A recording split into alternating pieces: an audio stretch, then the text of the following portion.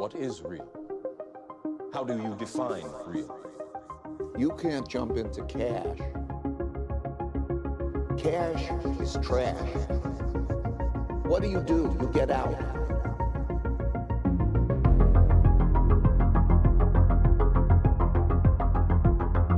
Robert Breedlove is the founder and CEO of Parallax Digital and the author of several seminal works on Bitcoin, including Money, Bitcoin, and Time, an open letter to Ray Dalio regarding Bitcoin, Bitcoin and the Tyranny of Time Scarcity, the number zero and Bitcoin, Masters and Slaves of Money, Our Most Brilliant Idea, Bitcoin is Hope, the recent book, Thank God for Bitcoin, The Creation, Corruption, and Redemption of Money, and the new Smash podcast and YouTube channel, What is Money, including the Sailor series. And in my opinion, he's the most important voice to come out of the Bitcoin class of 2017. Welcome to the Bitcoin Matrix podcast, Robert. How are you?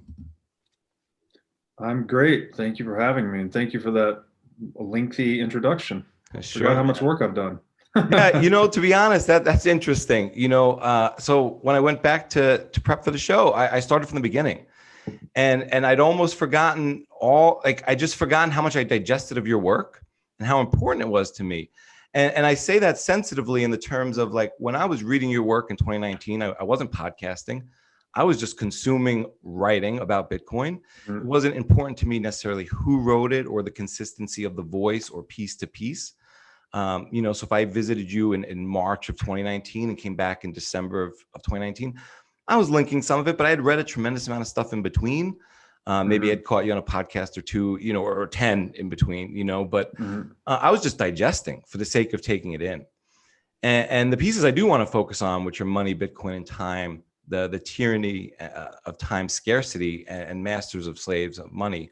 Those pieces are really important to me because like Money, Bitcoin, and Time is a piece that stands with, I think, the Bitcoin Standard and VJ's most bullish case for Bitcoin. It takes a lot of those same principles and distills them, and I think in a very complex yet simple to digest way.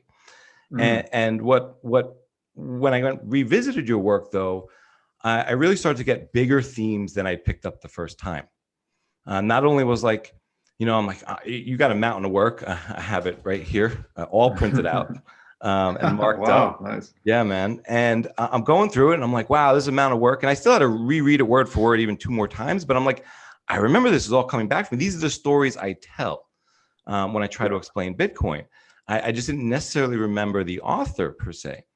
So they're very important pieces to me. And I'd love to dive into them. So, kind of just thinking about Bitcoin and time and money, how is money a story told by humans? Yeah, I'm glad you zeroed in on the Money, Bitcoin, and Time piece. That was actually the first thing that I wrote about Bitcoin. And similar to you, I was just digesting for a number of years, about 2 years before I wrote that piece. I guess I published that at the end of 2018, maybe? January 2019 is the date I have. January 2019. So yeah. I had been going down the rabbit hole since the end of 2016. So a little over 2 years of studying nonstop, like you had described. And that was pretty much a synthesis of everything I had learned up until that point. So it drew heavily from the Bitcoin Standard. It drew heavily from BJ's work and the work of many others. And I tried to just weave it into, I guess, a case for Bitcoin from first principles, and the first principles being that money is this story told by mankind. You could also call it a social construct. It's like a social technology. And to something like the calendar, right? The calendar is a social technology. We could consider it related to that, which has an interesting connection to time.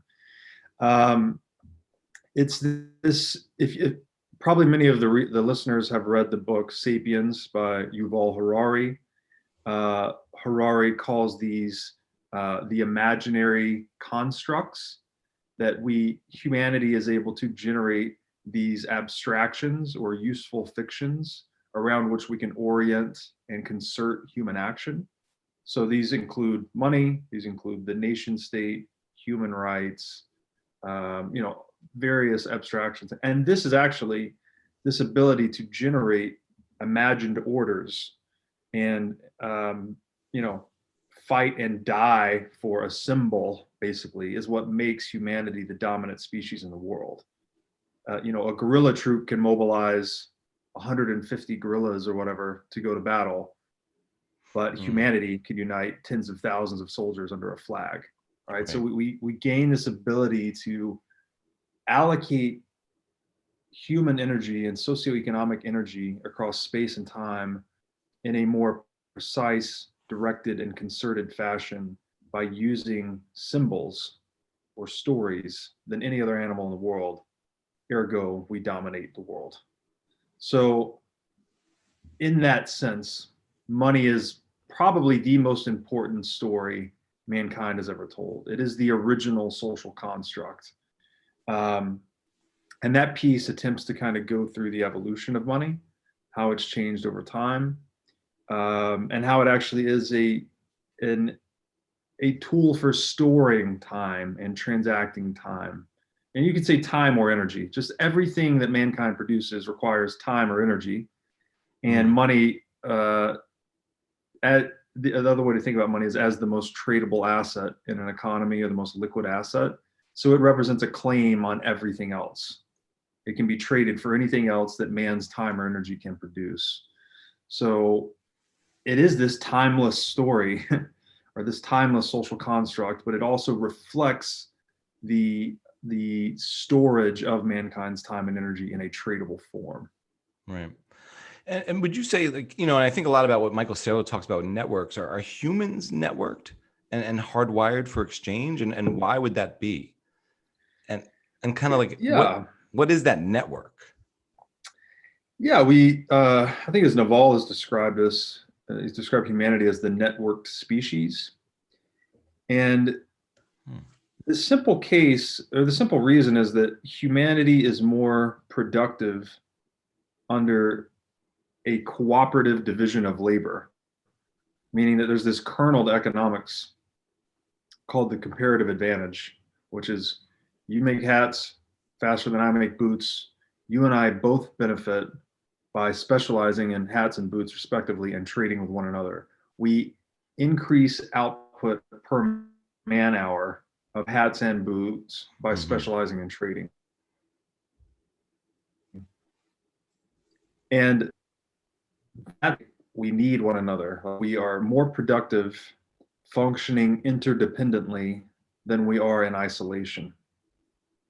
That's the thing, is you can almost consider us like a collective organism in a way, that we can produce more, we can satisfy more individual wants cooperating than we can living in isolation.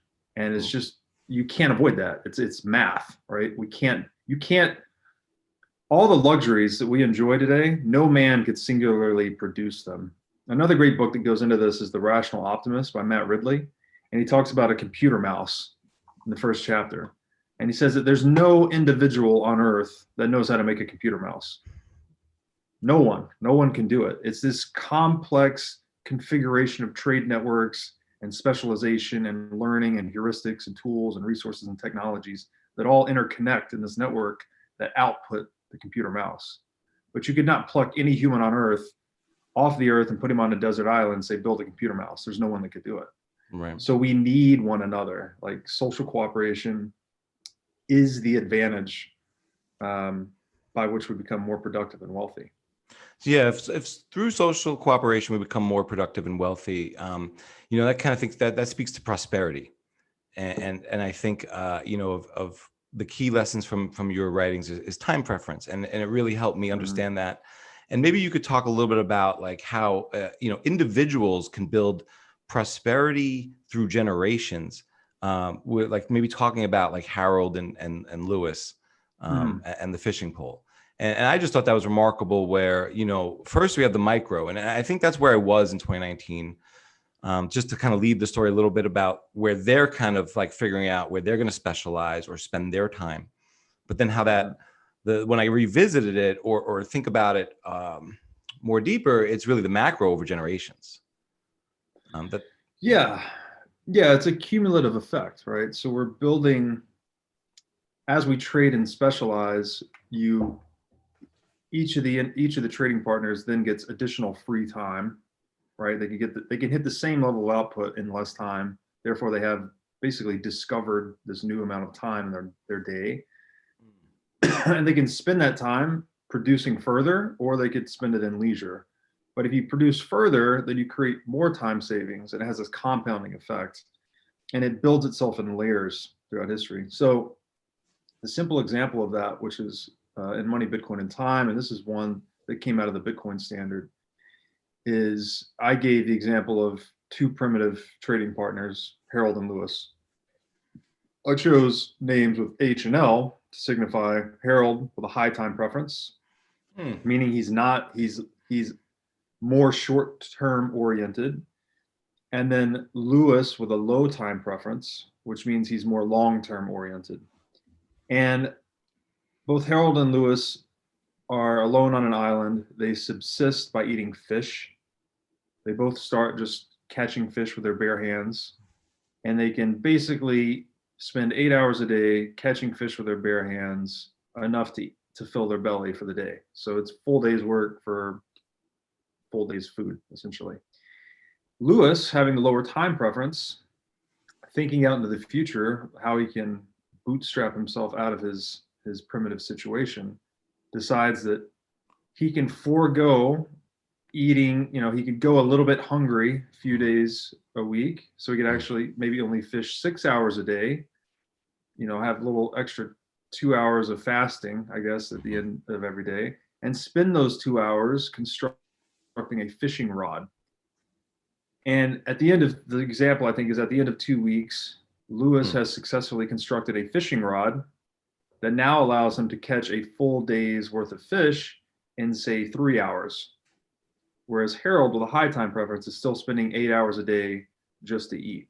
right. So now all of a sudden, Lewis is saying, all right, I'm catching as many fish as Harold in this 3 hours of work using this fishing rod. I'm full. I've got enough food for the day. I now have this 5 additional hours that I can spend doing whatever I want. So he could just take that and be lazy. But again, he's Lewis. He's got a low time preference. So he's thinking about the future. So he's like, I figure I'm going to go out and build a net or construct a boat or all these other tools that help you catch more fish per man hour. And then before you know it, this process feeds back onto itself. Before you know it, you've still got, okay. So Lewis, with a lower time preference, is going to use these newly discovered 5 hours, right, that he's gained from innovating the fishing rod, and he's going to spend that innovating further. So he's going to go out and build a net. He's going to go out and build a boat. This process feeds back onto itself, and before you know it, it's Harold sitting by the riverbank, spending 8 hours a day, subsisting on fish. Lewis is out to sea in his boat with his net, his spear, his harpoon, everything he's developed. And he's catching not only more fish per man hour, but fish in the deeper sea. So he's catching higher quality fish. He's improving his quality of life.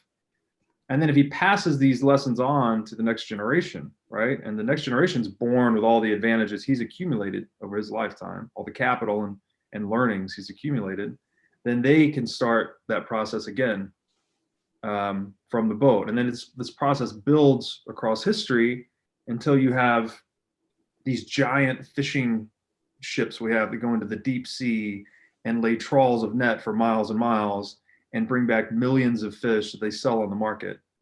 So this is the compounding effect that a lower time preference gives you. And this points to the kernel of all economics, which is delayed gratification, basically.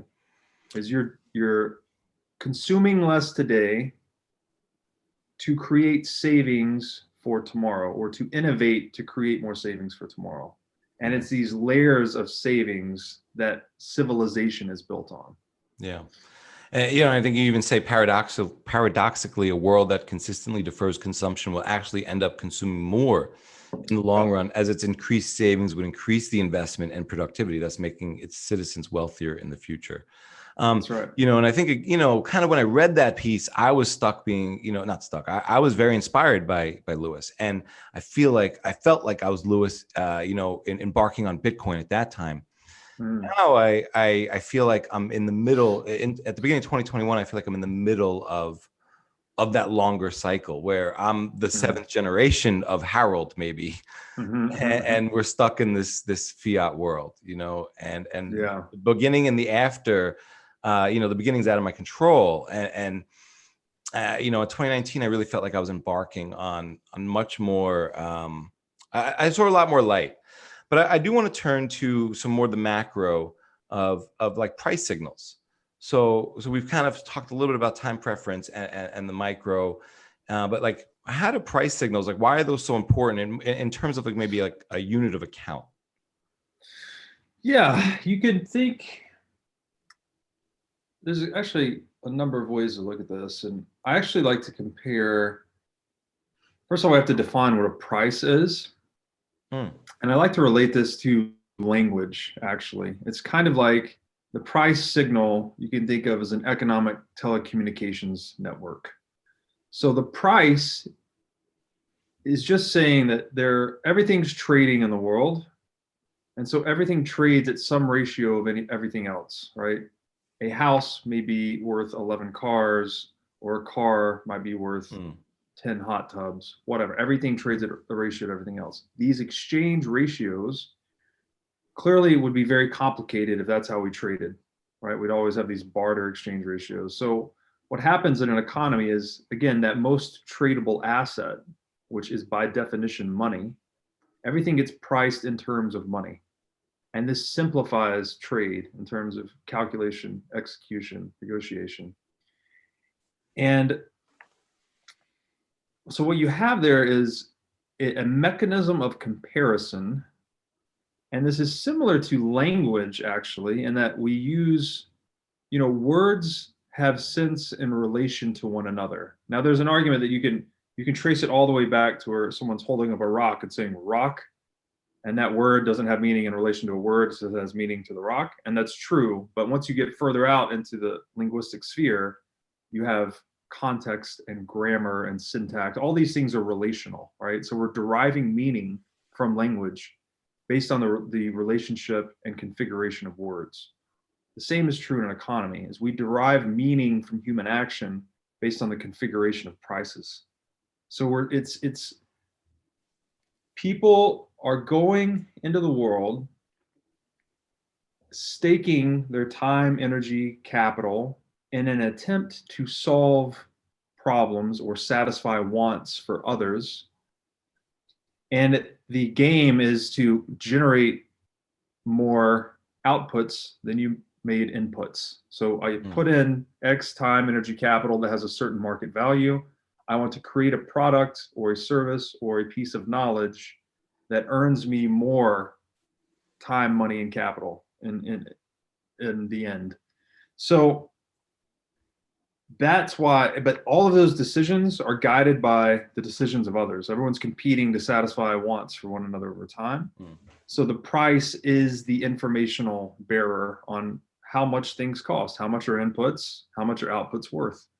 So this entire system is what coordinates entrepreneurial action. So this game we're all playing, where we're trying to figure out, how do I better satisfy the wants of people? How do I improve human productivity? How do I render value to people? Which is, we just define value as whatever people want. So there's a lot of wants out there. Can you go out there and satisfy them profitably? Right? That is the game of economics. And that game is governed by prices. So that is the informational signal that's propagating throughout an economy. And the simple example there, what's incredible about it is that it adds so much efficiency to decision making. So the simple example there was, like, if there was an earthquake in, I think, Chile that disrupted the flow of copper, all the market actors in the world, no one needs to know the why No one needs to know about the earthquake. No one needs to know about the disruption. They just need to see that the price of copper went up. And by that occurring, you've changed the incentive structure for all users of copper. So people buying copper will either buy less or they'll seek substitutes. And all the producers of copper will produce more because the market's bearing a higher price for it. So this market signal is how economic systems coordinate themselves and correct disruptions, right? So this disruption in the flow of copper into the world economy would be self-regulated or self-corrected through the price signal. And all done in a way that you don't need to sit down with a central planning committee and say, hey, there was a disruption to the flow of copper. We need to decide how much we're going to send here and there.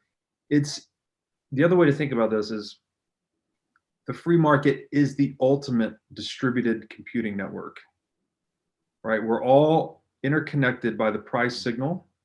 Each individual node, which is each individual human or entrepreneur, they have maximal knowledge of their localized situation, right? You know, whatever business you're in, you know that business better than anyone else. And you're communicating the information about that business into the market through your buying and selling decisions. That's constantly reshaping the price signal for others, and the same thing's happening from all other nodes. So you're getting information back through the price signal. So it's a self-organizing economic network communicated through the price signal. So it's like the nerve signal of the world economy is another way to think about it. Right. So, we kind of laid out like a little bit about the economic gamification of money and how we're networked, but now we need a kind of way to keep score. And so you need a ledger. And, before we get to Bitcoin, we've actually had an example of a transparent ledger before on a very small scale on the Yap Islands. Could you maybe talk a little bit about like how they kept track of money through the rhinestones in a transparent way? Yeah, so that was a super interesting ancient monetary system because it most closely resembled what we see with the Bitcoin open source ledger, basically. Rhinestones were giant stones, like you couldn't move them by hand. It took, dozens of guys to retrieve these things, I think from quarries, and they had a very particular shape. And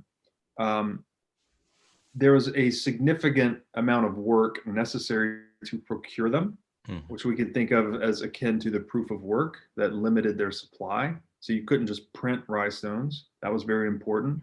So they had scarcity in the marketplace, but they lacked some other monetary properties like divisibility and portability, right? You couldn't move them easily. These are giant multi-ton rocks. You can't divide them easily.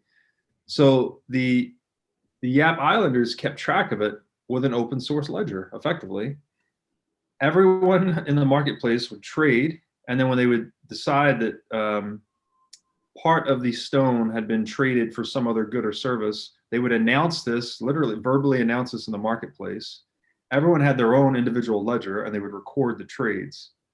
So that it was a distributed ledger, effectively, that truth was established by consensus, and then no one could go and change their individual ledger and say, oh, this trade didn't happen, because then it wouldn't reconcile to the others. So it's very similar to what Bitcoin does, and that's what every node and miner in the world is doing, is it's checking the work of every other node and miner. Consensus is reached in a distributed fashion. So, and was that the original question? Just how? Yeah, but and to kind of continue that thought, that was hard money at first. I mean, hard in the sense that it was hard to produce, hard to forge. Yeah. Not hard in the sense it was a rock, but hard in the sense to procure until until I think David O'Keefe arrived.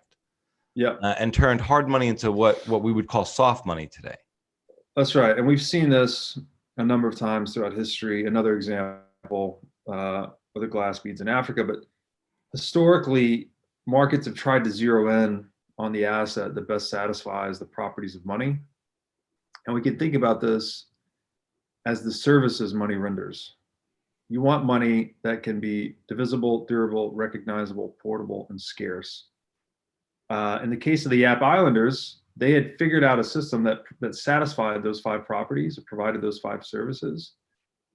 However, once O'Keefe arrived, he basically technologically disrupted this monetary system, because he had dynamite, he had boats, he could go out and quarry these rocks much more cheaply.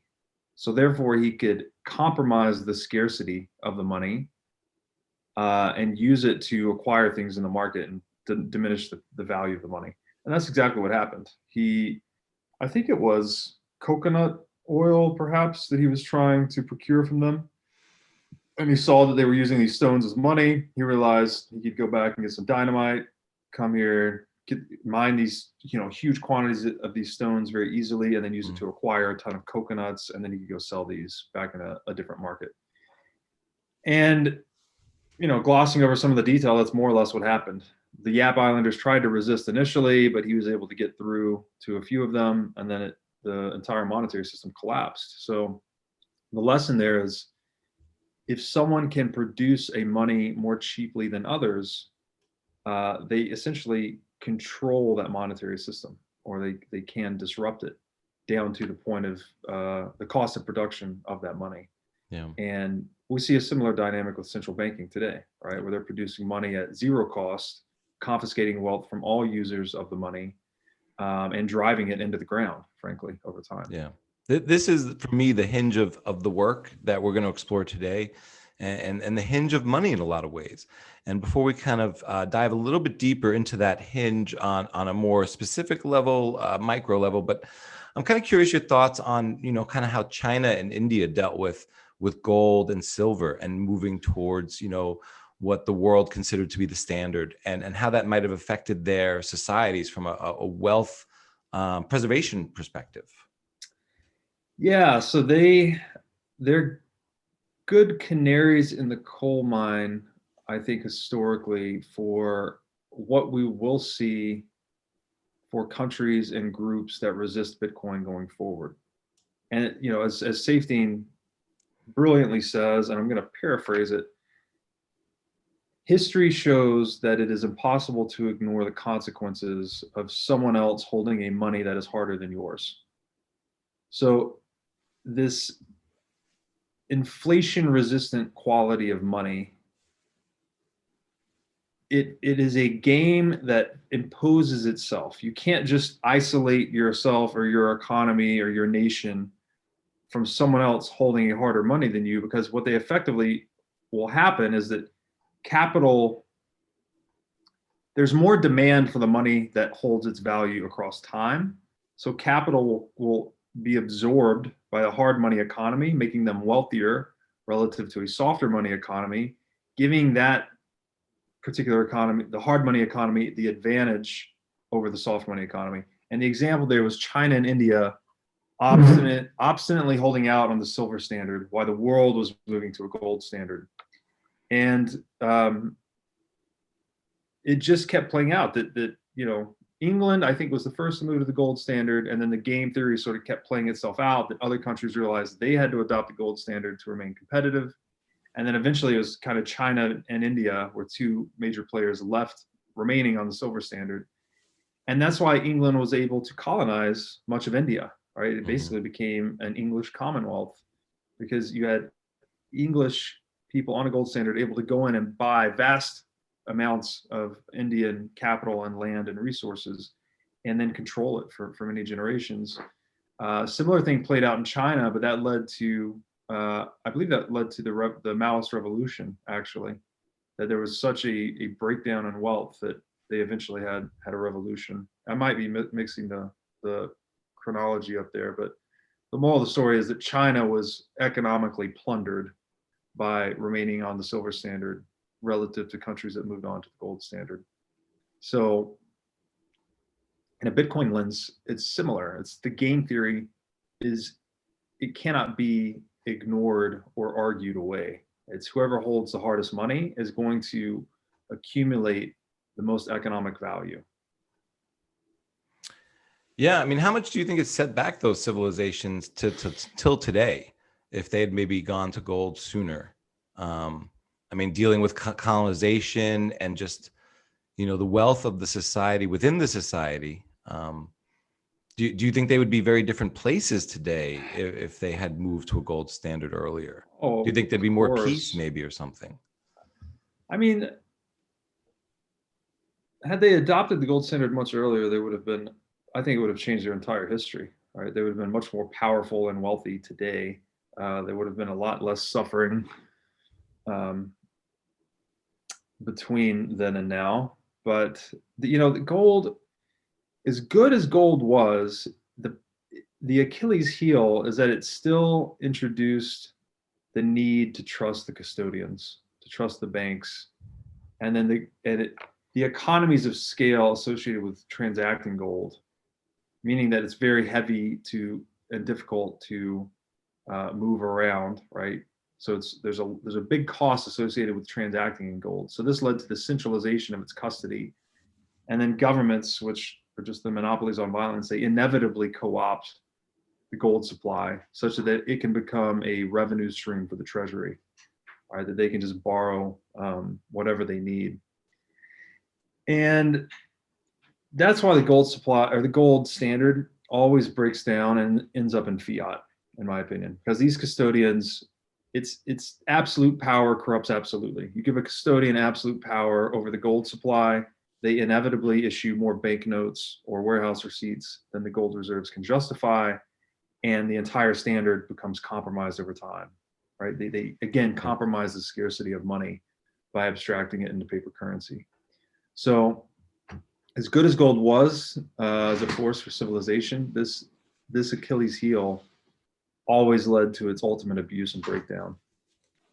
Well, turning to masters and slaves of money, and I think kind of really, drawing out bigger macro conclusions here about how money is used. And something you said, or something actually Michael Saylor said, I think in the first episode of the Saylor series, was something along the lines of there's no fair fight in nature. You're never going to take on a fair fight in the real wild. And is some of this interplay between countries and fiat and money just part of nature? And I asked that from obviously we would get more if we collaborated. And I do think reciprocity is a big part of our internal nature, but maybe not within the most ambitious or politically connected or powerful people. I'm not sure. But within the competition of groups, is something like, when Nixon went off the gold standard or America went off the gold standard, is that just America taking someone down taking the world down in an unfair fight?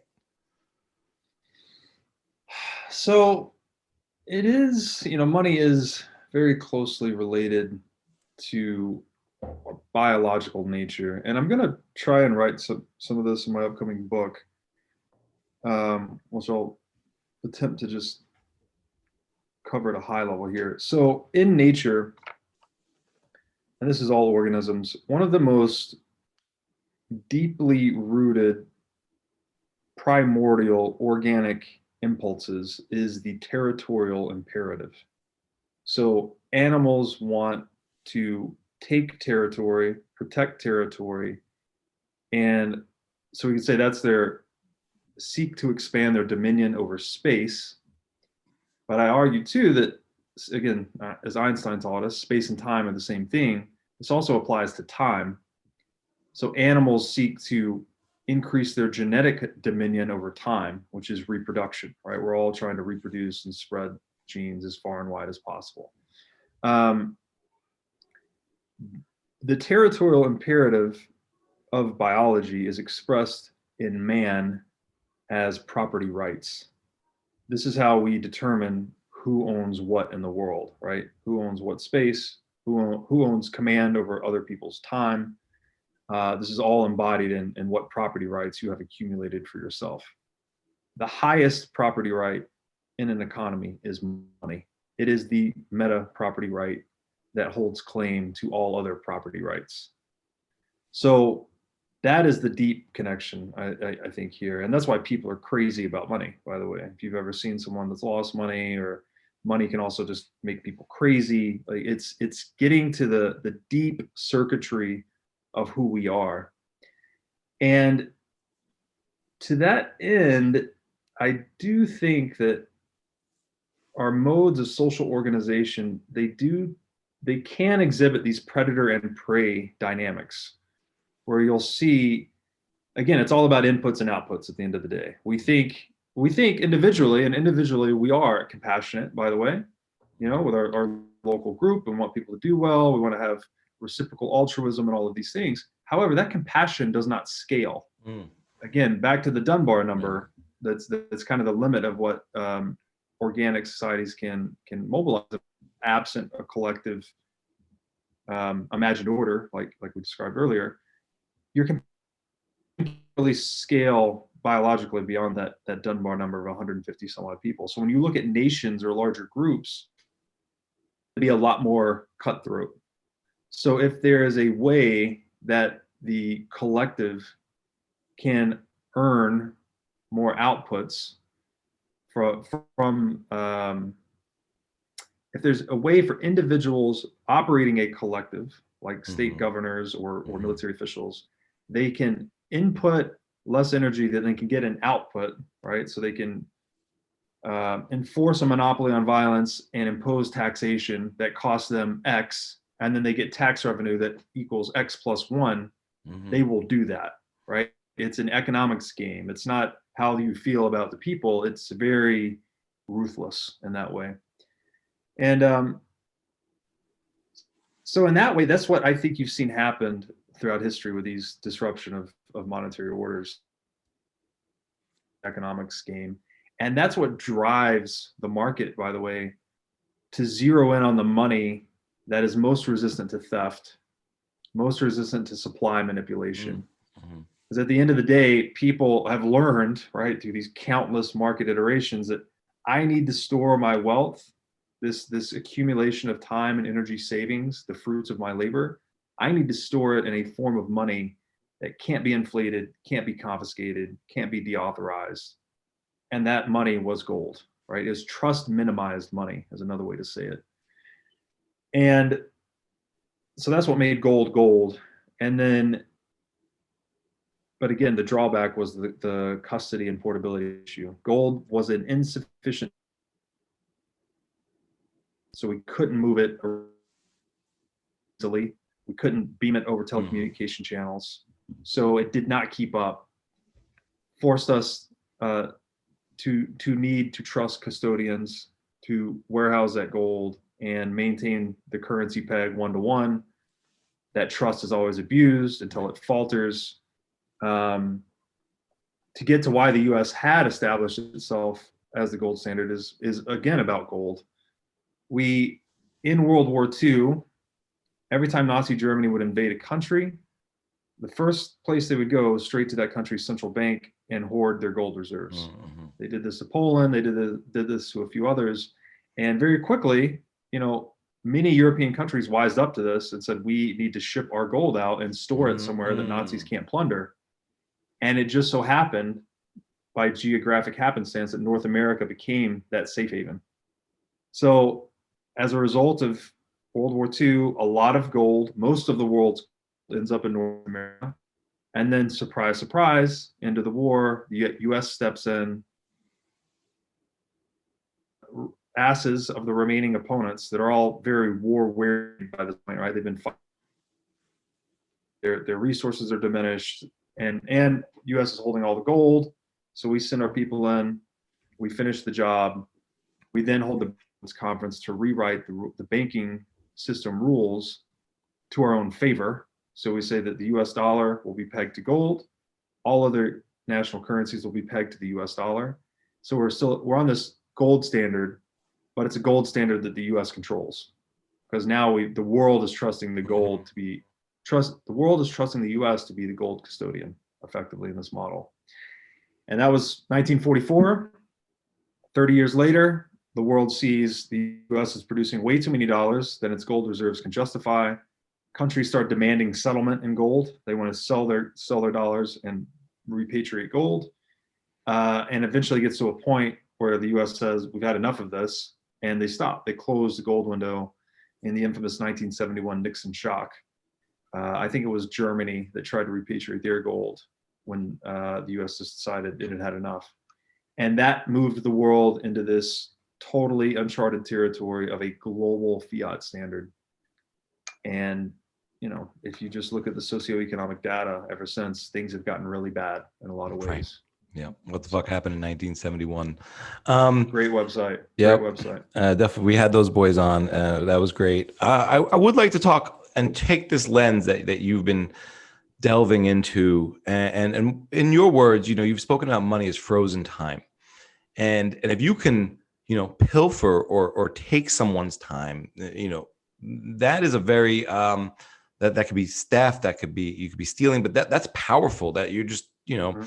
And let's take that lens and turn it now back a little bit towards the agri-beads in Africa and what happened there, before we kind of get back to, you know, the power that the central banks have now that we've broken the peg and we're no longer pegged to gold, so that we can understand and benchmark how much time was kind of maybe stolen in over history in this one example, and then what is going on now.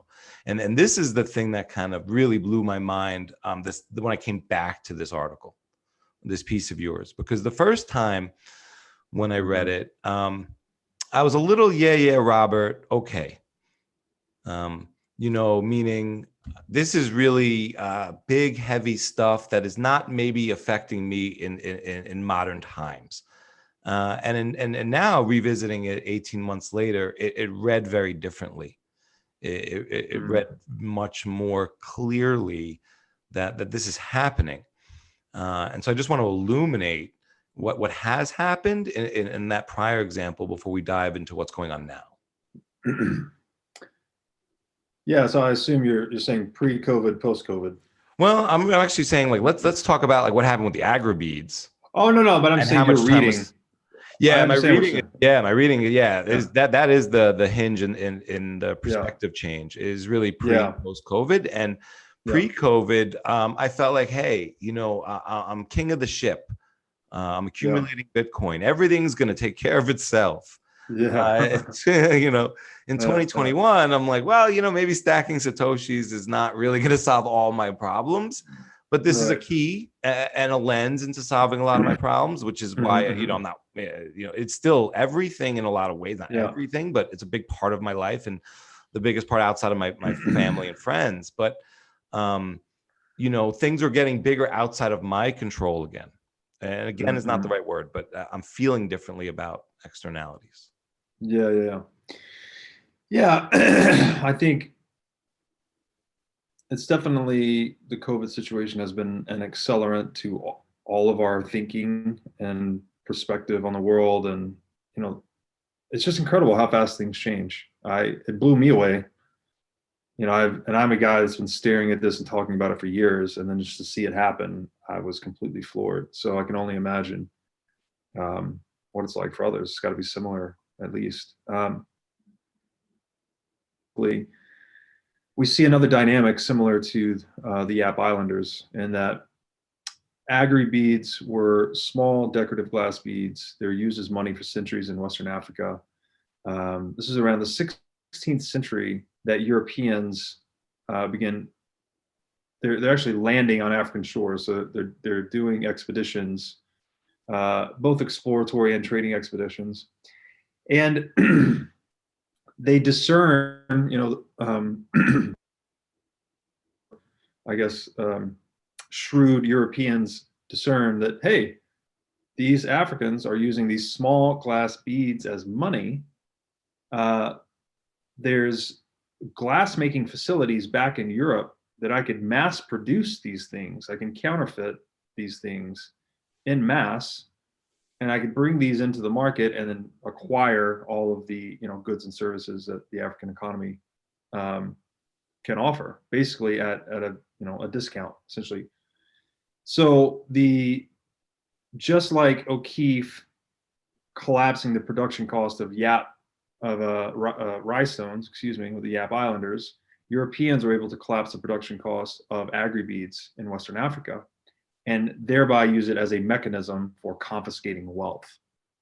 And to your point earlier, if wealth is just this accumulation of time saved, right, or it's frozen time, if you will, we could say both money and capital are a form of frozen time or energy, and that it's time and energy has to be invested to create them. And then capital and money can be used to, say, claim time from other people. Capital can be used to improve your productivity, which is to say to increase your returns on time spent. You know, you can dig a hole faster per man hour with a shovel than you can with your bare hands. You can catch more fish per man hour with a fishing rod than you can with your bare hands, et cetera, et cetera. So by confiscating, what happened was this surreptitious confiscation of African wealth over time, that these expeditions kept coming in. Africans actually could discern a little bit that some of these beads were counterfeit, and there was a little bit of resistance at times, but that just fed back into better counterfeiting. Mm-hmm. And before you know it, like this, it became all mixed up of capital from Africa into the hands of Europeans was just tremendous over time. But this was a little more painful because it was slow and surreptitious. So versus the Yap Islander situation that was small and quick, that was able to sort itself out, this one was much more of a parasitic long-term relationship where it wasn't evident to African traders what was happening. They're just getting impoverished slowly over time as a result of this relationship. And the net outcome of that was impoverished Africans. Their slavery was already practiced in Africa. So eventually they started selling slaves to Europeans. They started selling one another, family members, everything. And this catalyzed the transatlantic slave trade. So the point here is that it's not just a metaphor to say that stealing money is stealing human time. It's not just a metaphor. It directly contributes, in this instance, the stealing of human time through compromising the money supply directly contributed to the direct theft of human time in the form of slavery.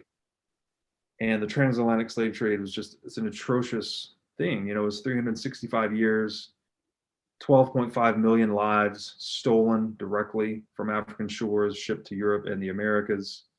2 million of those died in transit in the infamous Middle Passage. You know, which it still has effects in the United States and Europe today, that not only were those lives stolen directly, but their children were slavery. I mean, this led to the civil rights movement in the 60s. I mean, all of these cascading socioeconomic consequences rooted the beats. So the big argument there is that an exclusive privilege to produce money without accountability to market forces is an apparatus of enslavement. And that's exactly what central banking is. They are counterfeiting currency at the benefit of their own shareholders at the expense of everyone else. So my argument there is that central banking is the black core in the world today that leads us towards more totalitarian government. And ultimately we'll see situations like we saw in Soviet Russia at some point, if it goes unchecked. Right. So we've got, humanity has to wake up to this truth. We cannot keep enslaving one another, counterfeiting currency, which leads to enslavement, and hope to build a sustainable civilization. It's just not possible. Right. I'd like to maybe stack, some numbers up side by side. So, you touched on a little bit before, but it's like the transatlantic slave trade. And I hate to break down these calculations into time and economics, but I think it's important to benchmark things.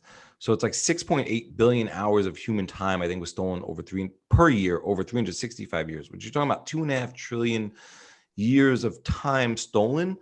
Hours of time stolen. Hours of time stolen, which not even including the progeny, not even including the people that died. That's right. And you think about, Harold and Lewis and what each one of those individuals could have been a Lewis. And could have been part of building a dynasty or some sort of citadel for their family or foundation or prosperity. And that was taken away. And then you see even more egregious kind of scenarios where, you have these unfair fights where, now you move from agri beads to cloth strips. And so now we're I think it's Portugal is fabricating and counterfeiting cloth strips, which are money in parts of Africa. They're buying slaves with the fabricated cloth strips. Some of these slaves happen to be weavers of cloth strips. Now they're, indentured slaves are brought to Portugal, where they're now building an economy around taking indentured slaves, servants, whatever you want to call them, and having them produce the counterfeit goods that are then enslaving their own people. And it just cycles through. And I'd be curious to hear how that kind of benchmarks against maybe 40 years of being off of the gold standard. And I think that, these are really big connections. And you said something earlier before where, and I'd slightly disagree in terms of like people are listening or learning. I'm not convinced that this is getting through to the masses. All these examples, and that's why I really beat them. I want to highlight them because they're not taught in school. They're not even taught in sort of the higher education and in universities. The history of money and how we chose gold and what makes good money. And, it's interesting though, because you can see signs that people understand this over time. You even have music like in 1971, you have Marvin Gaye, Inner City Blues talking about inflation, but it doesn't mean that it's getting through or that this kind of ethos is really connecting with people. Even now, Bitcoin is accelerating and more people are asking me about it in a positive light, but I don't think they're connecting, agri-beads and fiat. Right.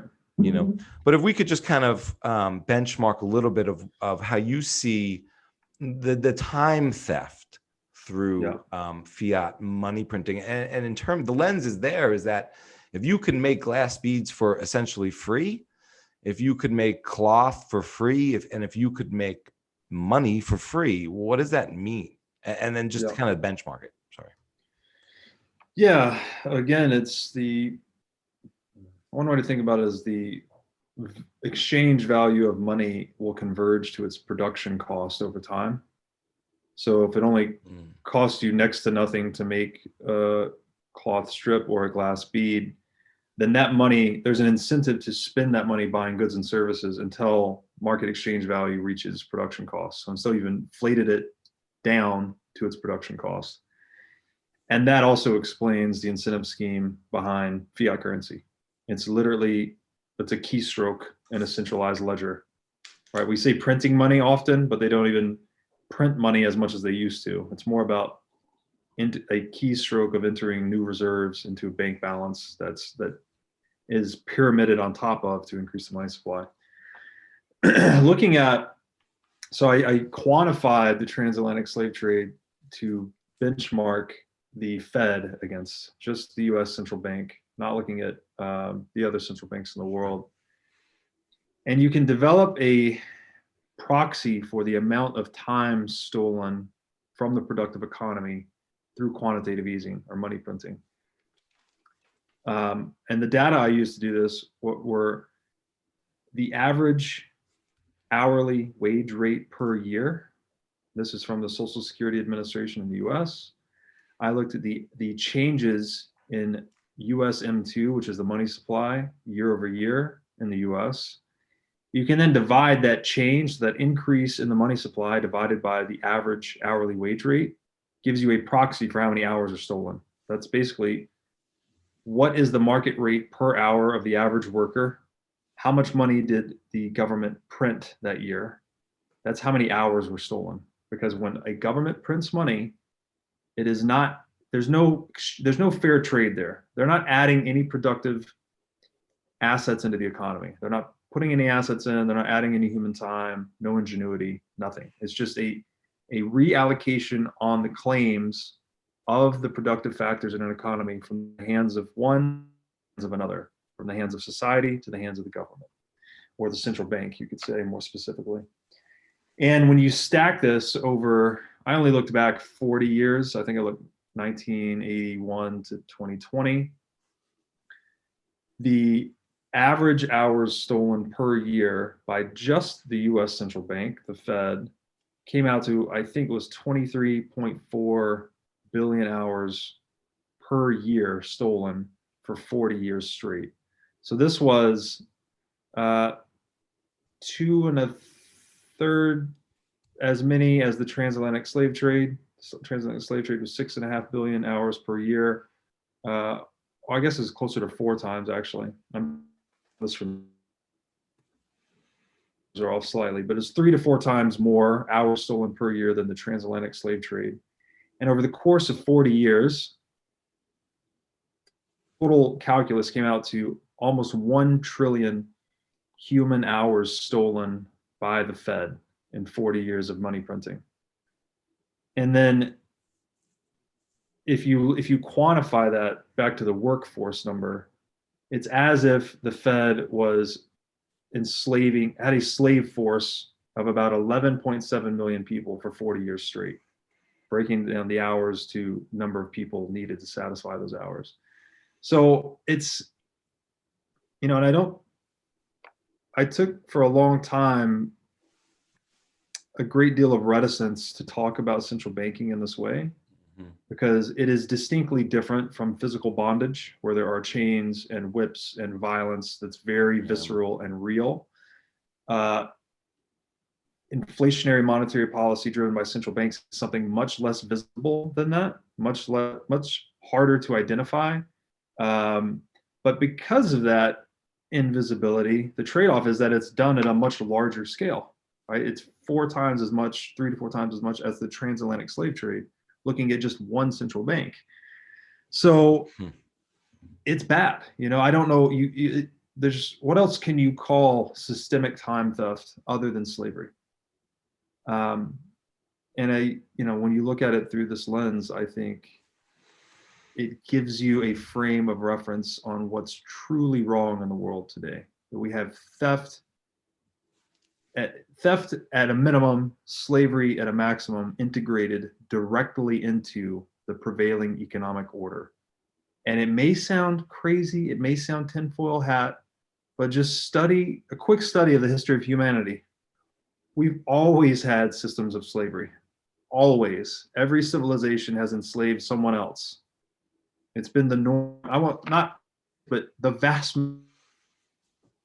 have used slaves. We've just figured out a way to really scale it and hide it in a more sophisticated way than we've ever done before in the institution of central banking. Yeah. I agree with everything you just said. And I think, I really agree with what you said about when you come to this idea at first, it's really hard to grok. And it's really hard to accept. And I think part of that, to be honest, is, because one of your quotes, I think you maybe said it on Stefan Livera, acquire human labor on the market at on an unfair price. Yeah. And that's a really interesting way to put it. And I think what makes that really hard to grok is that, I think in one, what made it hard to grok at first in 2019 was, I'm a huge benefactor, I believe, of this sin or this scam or this heist. And I'm not incentivized. I wasn't incentivized in 2019 in my mind to do anything about it. I was a big beneficiary of it. I don't mean philosophically. I don't mean from, justice. I wasn't for it, but, it wasn't really like in my best interest or, to like find this as a truth. And it was shocking. But what in the 2 years since, I now feel like what used to be, an exported heist is now, turned inward. And because we can no longer, take advantage of what's going on outside of our borders to the degree that we have, both through physical force and through fiat central banking, human ranching or farming. And now I feel like it's turned inward. And that's where I think it really started to click at a deeper level. And one of the things you say is, more accurately, money, along with its precursors, actions, and speech, is the root of all sovereignty. So do you think we're like fully sovereign in the US in the current? No, of course not. Right. No. I mean, if you were sovereign, you'd be free to choose your own money. Well, to some Right. extent we are, outside of No, you tax. can't. Right, right. Try to go launch a competing business with the U.S. dollar and see what happens. Fair enough. Right. So it's not a free market. Yeah. And I mean, And it goes further than that. Like, what about your tax rate? Do you feel like the services you're being rendered for the taxes you pay are satisfactory? Can you negotiate that tax rate? yeah, I mean, this is where it's not an opt-in voluntary system. I didn't agree to any of Right. this. Yeah. That's another one where it's really been an arc for me where, I've looked at taxes very differently over the, sort of coming into Bitcoin and now where I stand. And we can get into that. But even just like really going to the dock and trying to launch my boat. I don't have a boat, but as an example, that costs a fee. Mhm. And it's like, but and then you get a discussion of this is public land, this is the people's land, the public property, but Yeah. why does it cost me something to do everything? And Right. but those things were, were more they felt more benign and insidious maybe, but they weren't as in my face as, or I just didn't feel them as much. I didn't think about it as much. But Mhm. now with even more restrictions, and I have more time to think about these things, but I don't think people are really, I don't see money still being a big part of this conversation in 2020. Well, I agree that the political puppetry is still being executed successfully, right? They're distracting people. People are still caught up in this hallucination that it's red versus blue, conservative versus liberal, when in fact, they all serve the central bank master. But I would argue that I'm less concerned about, clearly it would be great to wake people up immediately, but these things take time. So the way I see this playing out is the more money is printed, the more abusive the system becomes, the more demand will be driven for encryption technologies, self-sovereign solutions, Bitcoin. Frankly, people want to store their wealth in a place that cannot be confiscated, manipulated, abused, inflated. And then that, like the experience that I've gone through, falling into the Bitcoin rabbit hole, where your money goes, your mind follows, as the experience you've gone through, it changes people over time. So my longer term vision and bet is that over the next 10, 20, 30 years, you're going to have a massive awakening that the state is just a giant scam. It's a huge fraudulent organization. It abuses people. And now people have this ability to fight back in an unprecedented way with digital technologies. They can self-organize, you can move your capital in a system parallel to the legacy financial system. You can escape capital controls. You can do all. So that gets into the whole sovereign individual thesis, which I always mention in this book.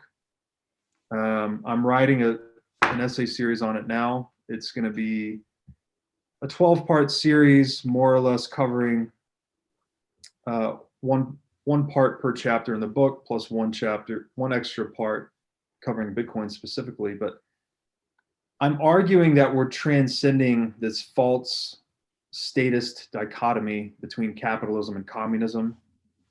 And Bitcoin enables a new mode of socioeconomic organization I'm calling sovereignism.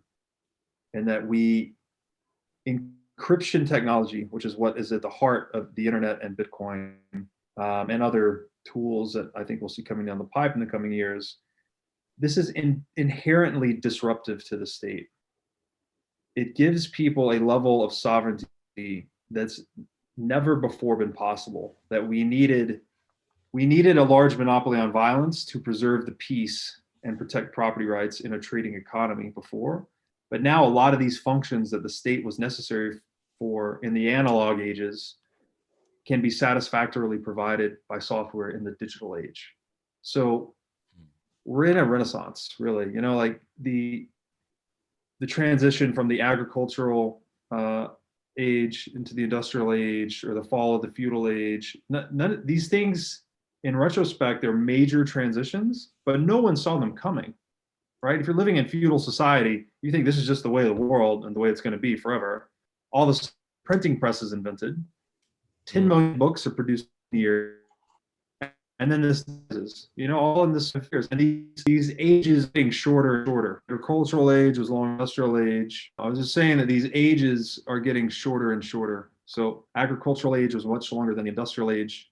The industrial age is much longer than the information age that we're moving into. So these technology, as its innovation cycles accelerate, our organizational cycles accelerate, because society is a reflection of the technologies used to facilitate it. So we've moved from large-scale industrial tech, which necessitated a large-scale nation state, to small-scale microprocessing and digital technology, which will enable small-scale self-organization. And, who knows where this goes? But I think it's abundantly clear by this point that digital changes everything. Software is eating the world, and government is not immune to that. It's interesting. When I think about when money is, or time, your time through money is stolen, it's in perpetuity on one end, where that life has lost, its potential for prosperity, but it's in perpetuity on the other end. And, whereas like if I were to steal someone's time and then put my child through Harvard or, other accredited programs and get them networks and connections, that then my progeny can do better in perpetuity forever through that stolen wealth and of time.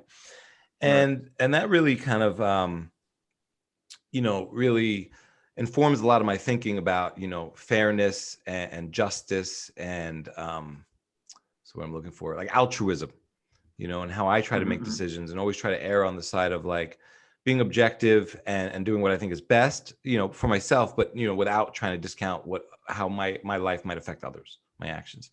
And that kind of one more example I want to bring up from your early work though is the example of the winemaker. And what inflation does to, a small business person and the choices they have to make at that micro level and dealing with, inflation.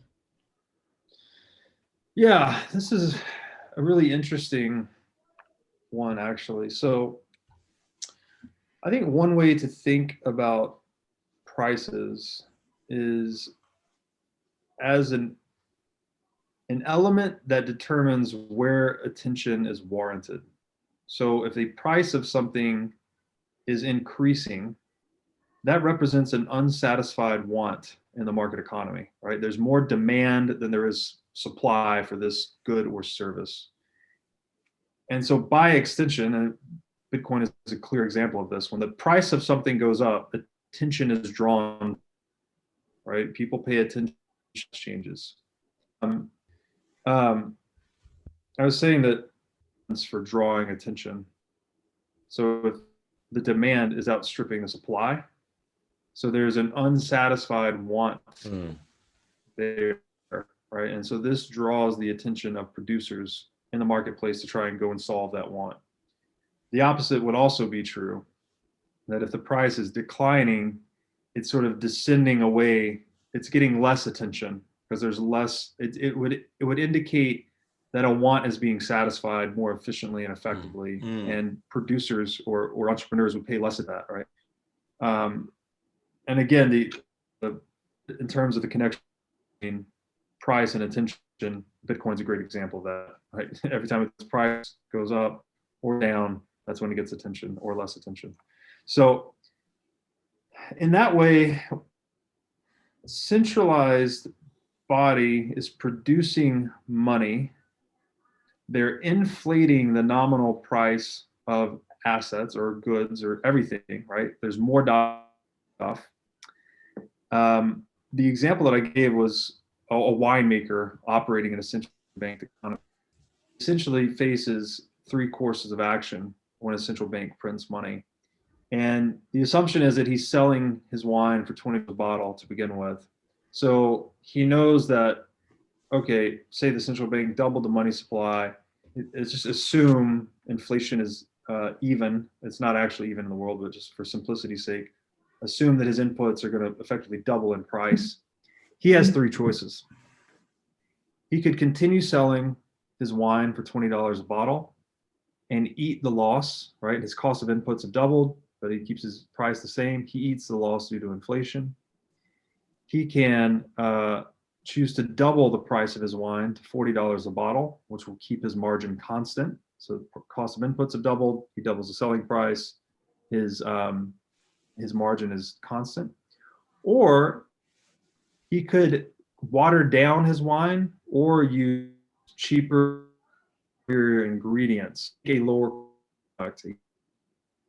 quality product, but keep selling it at $20 a bottle to preserve some of that margin. So faced with those three options, clearly he's not going to take the loss.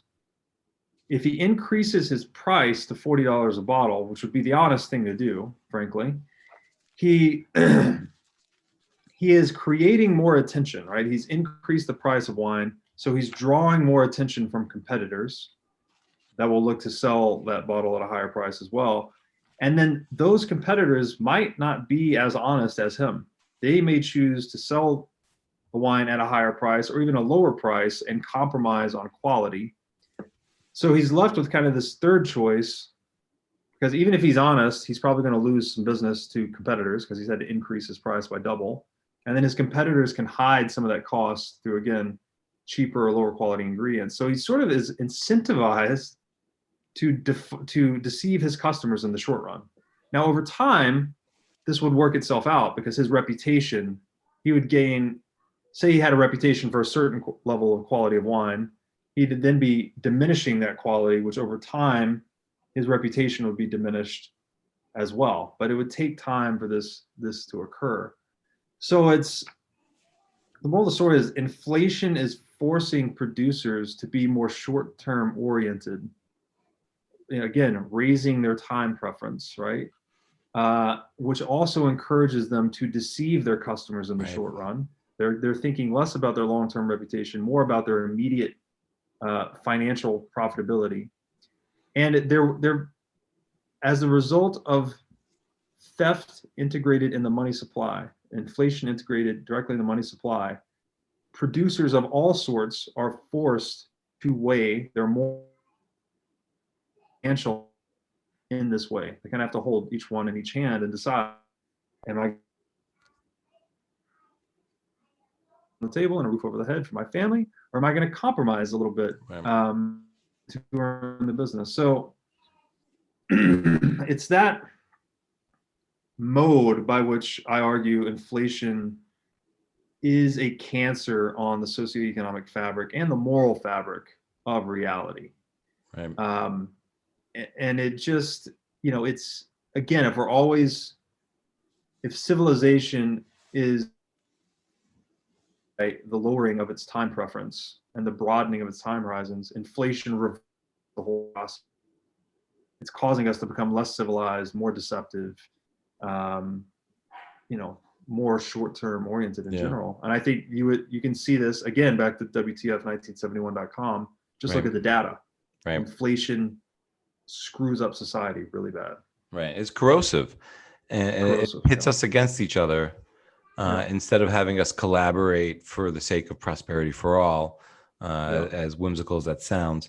I'm kind of curious what you think of, kind of stacking up, I think it's Ray Dalio's How the Economy Works in kind of 80-year credit cycles with the fourth turning and even, Brandon Quittam's kind of take on that and how those kind of pieces kind of work up against each other. Yeah, I haven't read The Fourth Turning, but Brandon's a good friend of mine, so I've read his piece on it, which is really good. Highly recommend that. And we've had some discussions about it, but I think it's really interesting that humanity is subject to these cycles that are, I don't know where they come from. Like, they're just these super seasons almost, right? Are these like 70-year turnings? And I don't know where they come from, but I find it very interesting. Dalio's economic cycles are interesting too, but I would argue that a lot of them are driven by this vulnerability of money to be co-opted, to have its scarcity compromised, which imposes which incentivizes people to accumulate debt, by the way. If your money is losing value every year, then you're incentivized to take out debt in current dollars and let the inflation diminish your real debt burden over time. So again, it flips, it inverts the incentives of money, where typically the incentives of money are to create savings. Savings undergird investment. Investment improves time preference. So we're actually thinking longer term, we're becoming more civilized. Fiat currency inverts that entire situation. And I think most of Dalio's work is focused on that aspect of money, that it's been repeatedly kind of abused and pushed to be a more debt-based form of money over time. And then you get these huge booms, inflationary booms, which is actually just a giant misallocation of capital. People are starting projects that they think they can profitably complete, but it's all the result of a distorted price signal. And then once reality comes into play, it collapses. So, and this is the Austrian business cycle theory, that fiat currency distorts price signals and exacerbates the boom and bust business cycle. And I think Dalio's work really just, without saying it, measures and focuses on that, saying that fiat currency is disturbing the standard business cycle, which the standard business cycle would just be, you know, people are always going to get hyped up and over exuberant about something, and then there's going to be a correction. That's normal. Everything, excuse me, growth is inherently unstable, but fiat currency fuels that fire and exacerbates it tremendously. Right. Excuse me. No problem. I want to turn a little bit more to Bitcoin, and I want to ask you, like, do you think Bitcoin is, you know, the alchemist's vision, you know, in terms of creating this sort of indestructible, durable, divisible thing? You know, I will just say that is a rabbit hole. That is probably the rabbit hole. You know, alchemy, again, back to moderns, we think that alchemy is a joke. There's a bunch of people that thought they could turn lead into gold and it never worked. Not at all what it was. Right. It was basically the precursor to the scientific revolution. Carl Jung says alchemy was the dream from which science was born. And, you know, I've only got maybe 5 minutes left here, so I definitely can't dive into it completely. But I'll say that I find it very interesting that the highest aim of alchemy was to develop or discover the incorruptible substance. And this substance was to serve as the antidote to state tyranny. Actually, I think it was the antidote to tyranny more generally, but we would say that most modes of tyranny are state-based, at least in the modern age. And I find it very interesting, this connection. And the other thing was, people think it was to discover how to turn lead into gold. That was just the symbol of it, actually. It was to turn lead into gold was to eliminate impurities, to absolutely eliminate impurities, to uncorrupt matter. And in removing corruption from matter, there was also this feedback with the soul, the spirit, the character of man. So we'd actually be refining our own morality and character, uncorrupting ourselves as we pursued this decorruption of the world, if you will. And I find it, so again, the highest aim was the philosopher's stone, which the alchemists called the lapis philosophorum. It was the incorruptible substance they were seeking. And I find it very interesting, the connection to Bitcoin, that 21 million Bitcoin is the first incorruptible thing mankind has ever created. We've created something that exists beyond our own reach. No one in the world, no entity, no individual, no government, no central bank can change, thus far at least, 12 years into Bitcoin's life, $600 billion in market capitalization, a civil war later, you know, there's Bitcoin Cash versus Bitcoin Fork. There have been a number of attempts to co-opt Bitcoin, to increase supply, increase block size, et cetera, et cetera. It's been hardened through hostility. Thus far, it seems as though 21 million Bitcoin is the first incorruptible figure mankind has ever created. And by being incorruptible, the great promise of Bitcoin is to disrupt the greatest institution of tyranny in human history, which is the central bank.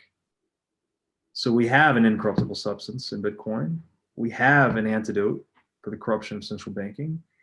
And if you you talk to Bitcoiners that have studied this thing deeply and interacted with it intimately, it changes you. Bitcoin changes you. I don't know how to describe it specifically. Everyone has their own flavor of experience of it. But the general theme is that you're more family focused, you're more community focused, you're more purpose driven, you're more focused on savings, less focused on spending. You're asking deeper questions, you're thinking about the world more. It really does have a tremendous impact on the character of those that go down this rabbit hole earnestly. And so I don't know. What is Bitcoin the Philosopher's Stone or the Lapis Philosophorum? Who knows? I mean, this sounds extra crazy tinfoil hat, but I would just say go do the research yourself. Look into it. Most of my knowledge on alchemy came from Jordan Peterson's book, Maps of Meaning, which is a tremendously difficult book, but also a very worthwhile read.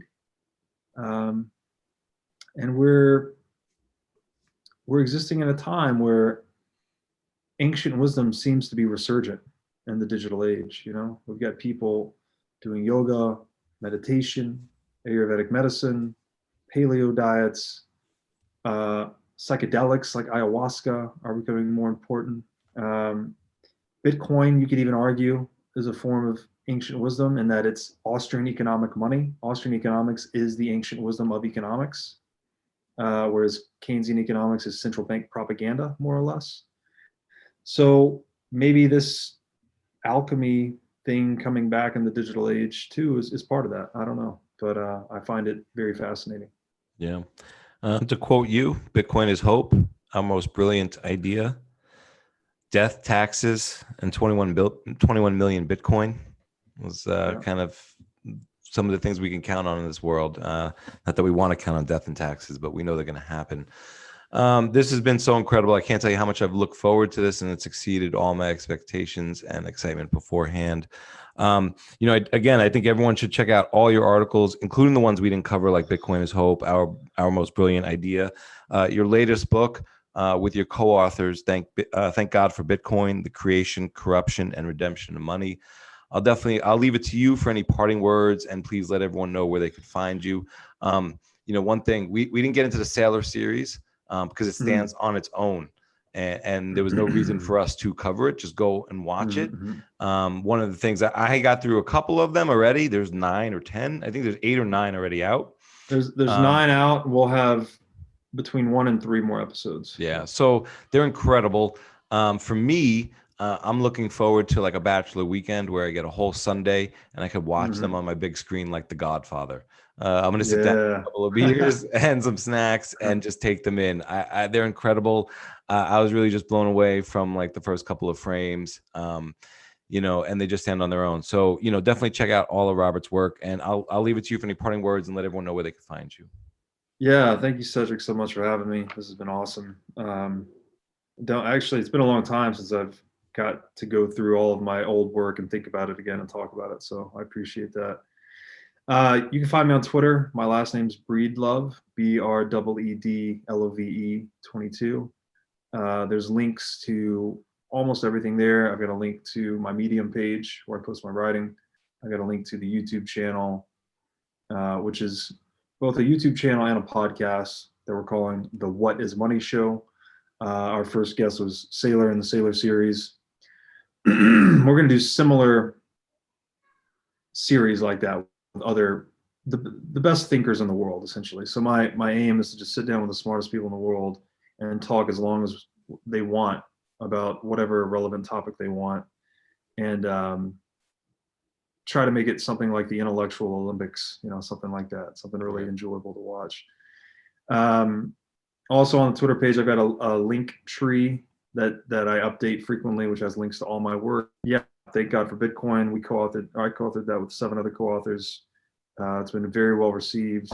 Goes into the moral applications. I see. You've leafed it up pretty well there. It's a moral treatise on Bitcoin told through a Christian lens. It's not a preachy book. It's not, not a super rah-rah Christian book. I think it just makes the moral case for Bitcoin and roots that in some Judeo-Christian mythology. Yeah. And yeah, I feel extremely fortunate to be working in this space. It's given me purpose. I tweeted this earlier today, actually right before the show, that before Bitcoin, I wanted dollars. After Bitcoin, I wanted to make a difference. If you let it, Bitcoin will make you more purpose-driven. So I would encourage others to let it, to explore the space deeply and earnestly, and it'll make you ask fundamental questions that will transform you. Yeah, I can't tell you how much I've appreciated your time, and this has been so dope. Definitely check out Thank God for Bitcoin. It's an incredible book. I just finished it up myself. I'm going to have a couple of co-authors on soon. Robert, Nice. This has been incredible. I really appreciate it. Thank you so much. Hey, man. Thank you so much. Appreciate you for having me. Peace.